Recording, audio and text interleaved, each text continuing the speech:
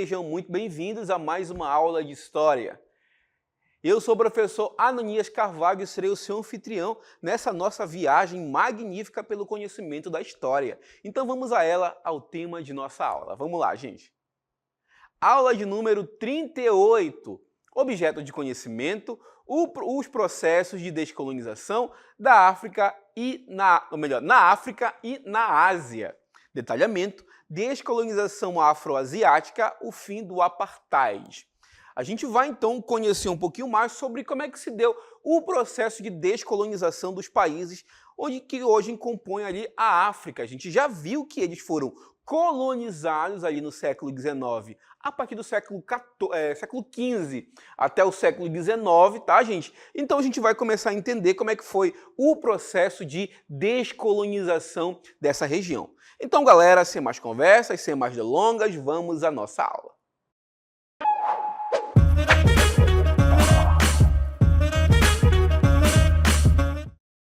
Estou aqui então em um campo de futebol do lado aqui dos atletas da seleção francesa de futebol, atual vice-campeã mundial. Eu sei que vocês gostam de futebol e o professor também gosta, tá, gente? E foi campeão lá em 2018 da Copa do Mundo. Mas afinal, professor, por que o senhor trouxe os jogadores para fazerem parte da nossa aula? Justamente porque, através da análise desses jogadores, a gente pode compreender a influência da África, dos países africanos, na seleção francesa e também na sociedade francesa e europeia, por assim dizer. Grande parte dos jogadores tem ascendência africana. Posso citar aqui o nome de Mbappé, Pogba, enfim, os jogadores que vocês sabem que compõem a seleção francesa. E grande parte deles são negros. Professor, a França é um país europeu, eu sei disso, eu estudei geografia, eu tenho isso na minha cabeça. E como que o senhor fala que grande parte dos jogadores, e eu vejo, porque eu acompanho os jogos, como que o senhor fala que grande parte deles são negros, africanos? De onde vem essa influência francesa, não só francesa, mas também de outros países europeus, dentro do território do africano, nos territórios da Europa? A gente vai começar então a analisar direitinho, devagar, para a gente compreender um pouquinho sobre isso. Mas é muito interessante a gente começar falando que grande parte do território africano foi colonizado pela França, inclusive a região ali central da África, grande parte, tem como seu segundo idioma, ou até mesmo o primeiro idioma oficial, o francês, tá, gente? Camarões, Senegal, enfim, esses países ali da África Central, eles falam francês porque foram colonizados por franceses. Então a gente vê que a partir daí, grande parte da África sofre influência cultural francesa e grande parte dos africanos, em busca de melhores condições de vida, acabam migrando para a Europa, para a França, inclusive, como é o caso aqui dos selecionáveis aqui da seleção francesa. A gente vê que existe esse intercâmbio cultural ainda nos dias de hoje. Então a gente vai começar a entender como é que se deu de fato esse processo de descolonização do território africano. Vamos ao texto, vamos lá, galera. E o texto fala o seguinte: a descolonização da África foi um processo de independência das nações africanas colonizadas por potências europeias desde o século XV, tendo seu ápice no século XIX. Presta atenção, tá, gente? Por que eu falo século XIX? Preste atenção, porque foi o século onde culminou o que a gente conhece como neocolonialismo e imperialismo. A gente trouxe para vocês aqui um mapa que basicamente ilustra a divisão da África no Tratado de Berlim, que foi justamente uma conferência de Berlim, que foi uma conferência que basicamente oficializou a divisão do território africano entre as potências ali europeias. A gente vê aqui na parte norte da África, em amarelo, pertencia à Espanha.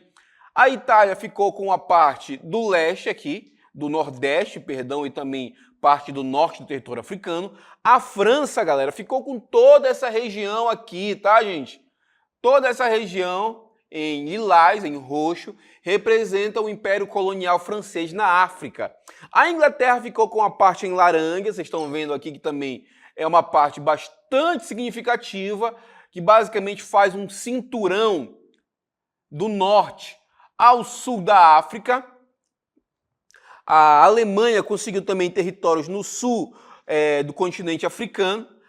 Portugal continua com as suas colônias, que já anteriormente pertenciam a ele, que basicamente simboliza o território onde hoje é a Angola e Moçambique, tá, gente? E a Bélgica ficou com a região onde hoje é o Congo. Vocês estão vendo, então, que a África foi dividida como se fosse literalmente uma fatia, uma grande pizza dividida entre as superpotências. Vamos adiante para a gente entender um pouco mais. Vamos lá. A partir de lutas nacionalistas promovidas por partidos e movimentos nacionais, muitos com influência do socialismo soviético, essas nações africanas conquistaram sua independência e se tornaram estados-nações soberanos. As lutas, vamos então recapitular como é que foi esse processo de, primeiramente, colonização. Como é que se deu esse discurso que basicamente fazia com que grande parte do território africano fosse dominado pelos europeus e como é que foi que se deu de fato esse processo de descolonização. Vamos ao texto, vamos lá. Vamos então recapitular. Os europeus sempre utilizaram o discurso de superioridade racial para justificar a colonização na África e também na Ásia. Porém, esse discurso imperialista sempre foi combatido pelos colonizados. Qual era o discurso, professor? O discurso que a gente conhece como o darwinismo social. O que é o darwinismo social, professor? Pode-se dizer que é uma teoria que classifica as sociedades em escala da mais civilizada para menos civilizada. E segundo essa teoria preconceituosa, tudo que não era europeu não era civilizado. Portanto, se o africano não vivesse como europeu, logo ele não era colonizado, ele era inferior, precisava ser colonizado e muitas vezes o europeu, para colonizar, entre aspas, bem grande, acabava invadindo o território africano e, basicamente, subjugando as populações que ali habitavam. Grande parte, galera, dessa divisão feita pelos próprios europeus dentro do continente africano não obedeciam, gente, à cultura, às tradições, inclusive tudo que circundava ali as populações africanas. E após o processo de descolonização, a gente vai ver que grande parte desses países acabavam entrando em guerras civis. E grande parte sob responsabilidade dos seus próprios colonizadores. Adiante com o texto, vamos lá. Após a Segunda Guerra Mundial, os impérios coloniais entraram em crise, seja pela falta de recursos financeiros, humanos e militares para mantê-los, seja pela ocorrência de movimentos de independência locais. Esses movimentos foram inspirados por ideias nacionalistas e muitas vezes pela aderência à ideologia soviética, o que resultou em guerras civis que duraram por décadas. Inclusive, existem guerras ainda dos dias de hoje que estão acontecendo ali no território africano. Vamos adiante, vamos lá, galera. O início da Guerra Fria trouxe também a ideia de que a era colonial chegava ao fim. As disputas ideológicas entre capitalismo e socialismo e os interesses da União Soviética e dos Estados Unidos em ampliar seus respectivos blocos de países aliados criaram um contexto internacional favorável aos movimentos de independência, tá, gente? Então a gente vê que essa disputa ideológica, essa disputa por zonas de influência entre estadunidenses e soviéticos, ele também foi um pano de fundo que colaborou com o processo de independência dos países na África e na Ásia, sobretudo na África nesse primeiro momento. Surgem também algumas ideologias que ajudaram a entender esses movimentos de independência. Eu trago para vocês um movimento muito famoso e bastante emblemático, que é justamente o pan-africanismo, que a gente vai começar a entender a partir de agora, tá bom, gente? O movimento pan-africanismo, o sentimento nacionalista, ou seja, essa noção de pertencimento a um lugar, a uma pátria, experimentado por diferentes nações africanas, no processo de descolonização, deu origem ao chamado pan-africanismo, uma África unida, uma África una, que naquele momento era pleiteada pelas pessoas que acreditavam no pan-africanismo, tá, gente? Então esse movimento surgiu com força e também ajudou ali, no caso, a culminar com as independências dos países ali na África. Voltamos ao texto, vamos lá.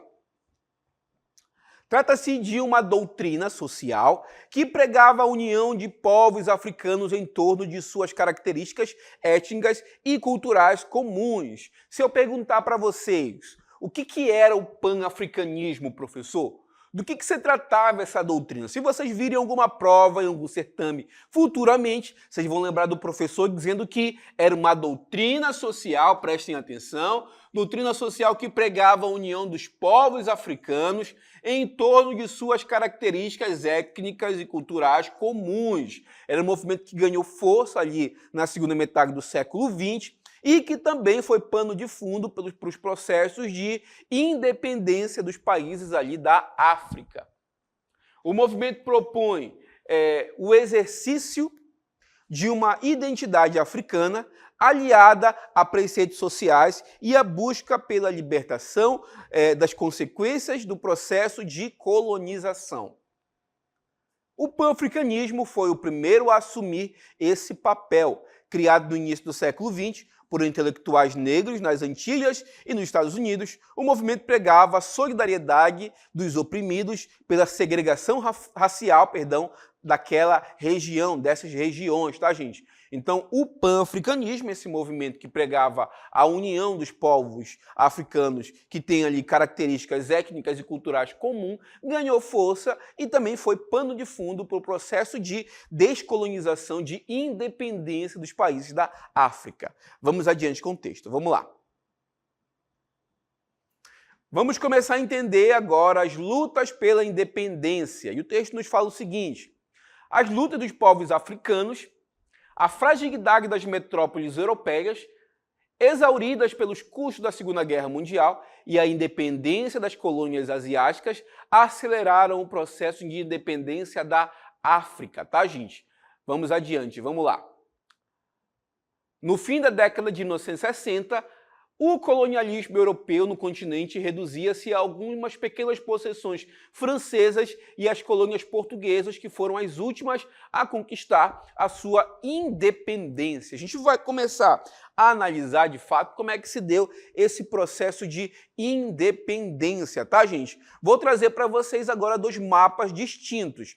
De um lado, a gente vê o mapa atual do continente africano, de outro, a gente vê um mapa basicamente criado a partir da Conferência de Berlim, onde basicamente o continente foi dividido entre as potências imperialistas. Professor, como é que surgiu essa independência, professor? Qual foi a ordem cronológica, por assim dizer, que aconteceu esses processos de emancipação política dos territórios? A gente vai começar a ver a partir de agora. Lembrando que Conferência de Berlim, segunda metade do século XIX, dividiu o continente africano dessa maneira aqui, como eu expliquei para vocês, tá, gente?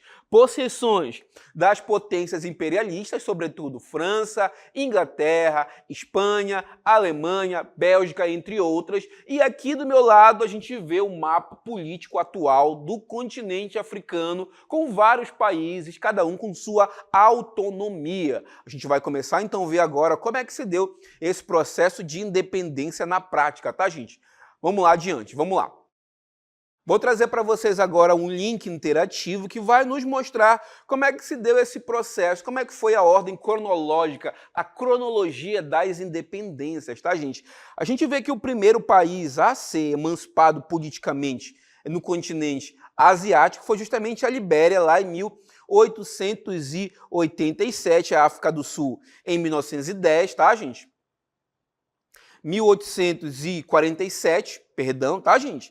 1910, a África do Sul ficou independente do Reino Unido, e a gente vê que vem toda uma cronologia que essas nações africanas conseguem emancipar-se politicamente dos seus colonizadores sobretudo as nações europeias, que naquele momento não estavam mais dominando o panorama global, porque a gente sabe que existia ali uma divisão polarizada entre americanos, norte-americanos, estadunidenses e soviéticos. Só um parêntese, tá, gente? Professor que está acostumado a falar norte-americano, mas o nome correto é estadunidense, tá bom, gente? E a gente vê, a partir dessa linha do tempo, que o último país que conseguiu emancipar-se politicamente até o momento foi justamente o Sudão do Sul, que conseguiu a sua independência do Sudão e foi emancipado politicamente ali em 2011, fazendo com que o mapa político da África se estabelecesse como a gente conhece nos dias de hoje, tá bom, gente? Mas, obviamente, houveram desafios e existem ainda desafios dentro do continente africano que a gente vai ver a partir de agora. Vamos lá. Os novos desafios. Nos congressos pan-africanos realizados nas cidades ganeses de Kumasi, em 1953, e de Accra, em 58, a discussão política centrou-se na definição das fronteiras africanas após a independência. A gente viu que, quando o europeu dominou o continente africano, ele basicamente instituiu as fronteiras artificiais, que muitas das vezes, galera, prestem atenção, não levava em consideração as pessoas que moravam ali, as etnias que muitas vezes era rival uma a outra e foram obrigadas a conviver sob a tutela de um mesmo colonizador, gente. E quando os países conseguiram emancipar-se politicamente, houveram conflitos internos entre essas etnias, que acarretou em inúmeras guerras civis de etnias que eram rivais umas às outras. Isso é importante a gente frisar, porque grande parte das guerras africanas pós-independência, pós-descolonização, elas têm origem por conflitos étnicos raciais dentro de um mesmo país. Isso é um problema que persiste até os dias de hoje. Vamos adiante com o texto, vamos lá. Os minimalistas defendiam a manutenção das fronteiras coloniais, incentivando a construção de estados nacionais com base nos limites já estabelecidos pelos colonizadores, tá, gente? Os maximalistas defendiam a construção de uma unidade econômica, política e militar no continente, que representava, na prática, a radicalização das ideias do pan-africanismo. A principal resistência à proposta de uma África unida vinha dos países da antiga África Ocidental francesa. As elites econômicas desses povos, estados nacionais, acreditavam que o alinhamento político com a França lhe garantiria, no caso, ajuda financeira. A formação da Organização da Unidade Africana, a OUA, em 1963, acabou com os últimos resquícios do movimento pan-africanista, que, ao reafirmar os Estados africanos como autônomos, independentes e iguais nos conjuntos dos Estados mundiais. Aqui a gente traz para você o símbolo da OUA, que basicamente ilustra os ideais de uma África não unida, mas uma África que tem os seus estados autônomos reconhecidos ainda hoje. A gente sabe que existem ainda bastantes desafios para serem superados dentro do continente africano, dentro dos territórios do continente africano, sobretudo por guerras, tá, gente? Interraciais. O continente africano ele é imenso, que comporta ali tanto muçulmanos como cristãos, enfim, que basicamente tem a sua autonomia concedida através de vínculos culturais. Mas agora a gente vai começar, então, a falar de um caso específico ocorrido ali na África do Sul após a independência, que foi basicamente o apartheid. A gente vai começar a ver a partir de agora. Para isso, o professor foi transportado ali para a África do Sul, da segunda metade do século XX, para a gente entender basicamente o que foi esse apartheid e por que ele foi tão emblemático e o combate dele é um símbolo contra a segregação racial. Vamos ao texto, vamos lá, galera. O apartheid foi um regime político que ocorreu entre 1948 e 1994 na África do Sul.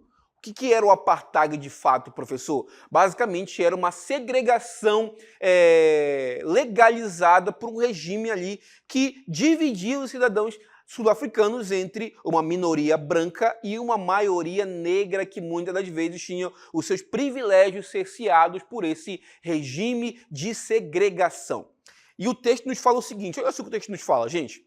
O regime foi sustentado por um partido de extrema-direita chamado de Partido Nacional e se baseou no estabelecimento de uma legislação segregacionalista com o intuito de promover uma série de privilégios para pessoas brancas, uma parcela branca da população. Galera, basicamente os brancos tinham uma série de privilégios em relação à maioria negra. Inclusive, galera, tinha bancos exclusivos para brancos e negros. Tinham lugares dentro de ônibus que eram exclusivos para pessoas de cor, como eles chamavam, pessoas negras, de forma preconceituosa. Então, como eu falei para vocês, era um regime segregacionista, tá, gente? Um regime que pregava a segregação racial entre uma minoria branca em relação a uma maioria negra.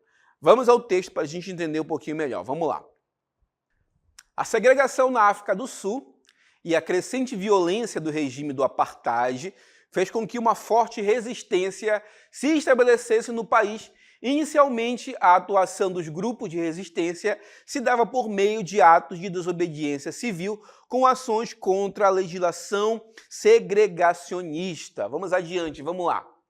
Os protestos pacíficos realizados pela população negra eram violentamente reprimidos. Um protesto pacífico foi reprimido violentamente pela polícia e 69 pessoas foram mortas. A partir daí, o movimento de resistência contra o apartheid aderiu à resistência armada. Foi nesse momento, galera, que um líder eclodiu contra o apartheid, um líder negro que tinha bastante influência, que foi perseguido e preso ali pelos nacionalistas, que foi justamente o Nelson Mandela, que é considerado a figura central contra o regime, na luta contra o regime de segregação racial vinculado ali na África do Sul. Guardem esse nome que é muito importante, tá, gente? Ele era visto e perseguido pelos nacionalistas, por assim dizer, como um verdadeiro terrorista, até porque ele pregava, primeiramente, a desobediência civil, através de atos pacíficos, mas como os defensores, os segregacionistas, estavam cada vez mais aderindo à violência contra as pessoas que reivindicavam contra o apartheid, o Nelson Mandela acabou liderando algumas ações armadas contra o regime, o que levou à sua prisão. Ficou anos e anos preso e graças à sua prisão, após ele ser liberto, o movimento ganha mais e mais força, culminando ali com o fim do apartheid na década de 90 do século passado. Vamos adiante com o texto, vamos lá. Um dos indivíduos que decidiram abandonar os protestos pacíficos e aderir à resistência armada foi Nelson Mandela, um dos nomes mais importantes de toda a oposição negra sul-africana.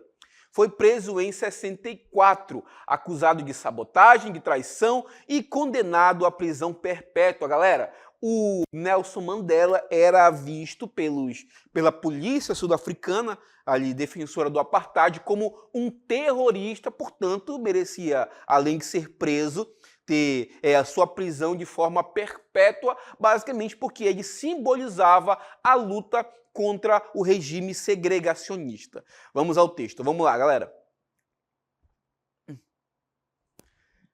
Em 1989, Frederick Eulen de Klerk assumiu a presidência sul-africana e, com poucos meses de governo, anunciou que iniciaria uma transição pacífica para o fim do regime de segregação racial.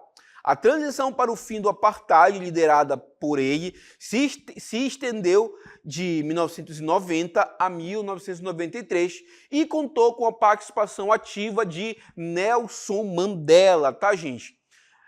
Mais uma vez, tá, gente? Esse regime de segregação racial, o apartheid, muito embora seja o mais emblemático, ele não era o único, tá, gente? Até porque nos Estados Unidos, há pouco mais de 50 anos atrás, segunda metade do século XX, ainda existia também o regime de segregação em alguns estados, sobretudo ali do sul dos Estados Unidos. Mas o apartheid, ele significou ali de forma definitiva a quebra de regimes segregacionistas. Como já falei para vocês, o Nelson Mandela foi perseguido pelo Estado sul-africano, foi condenado à prisão perpétua. Obviamente, vocês devem imaginar que ele deve ter passado por bons bocados na prisão, mas quando ele saiu da prisão, imaginem só o que ele fez. Vocês devem imaginar, professor, se fosse eu e tivesse ficado por um tempo significativo na prisão, eu buscaria vingança, não é, professor?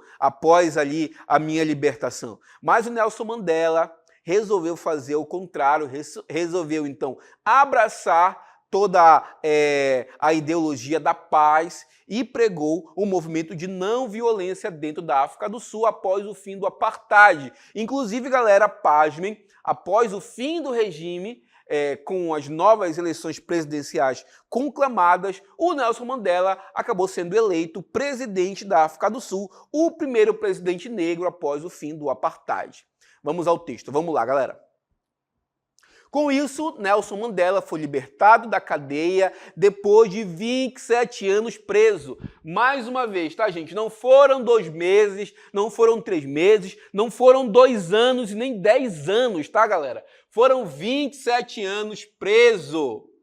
E quando ele foi libertado, vocês devem imaginar que ele poderia querer vingança contra os seus opressores, mas ele pregava a paz. Uma nova Constituição foi elaborada no país e o sufrágio universal foi estabelecido, o que deu direito de voto à população negra. Em 94, foi realizada a primeira eleição presidencial em que eleitores de todos os grupos raciais puderam votar e adivinhem quem foi eleito presidente sul-africano, o primeiro presidente após o apartheid, foi justamente ele, o Nelson Mandela. Vamos seguir com o texto, vamos lá. O resultado foi uma vitória expressiva de Nelson Mandela. A posse presidencial de Nelson Mandela, realizada em 10 de maio de 1994, oficializou o fim do regime do apartheid, do regime segregacionista dentro da África do Sul. Inclusive ele próprio, Nelson Mandela, posteriormente conseguiu ali ganhar o Prêmio Nobel da Paz, simbolizando ali toda a luta, primeiramente, contra o apartheid, contra o regime segregacionista e, posteriormente, toda a luta que ele teve para restabelecer a paz em seu país. Beleza, galera? Eu quero agradecer muito a participação de vocês e a gente vai encerrando nossa aula por aqui.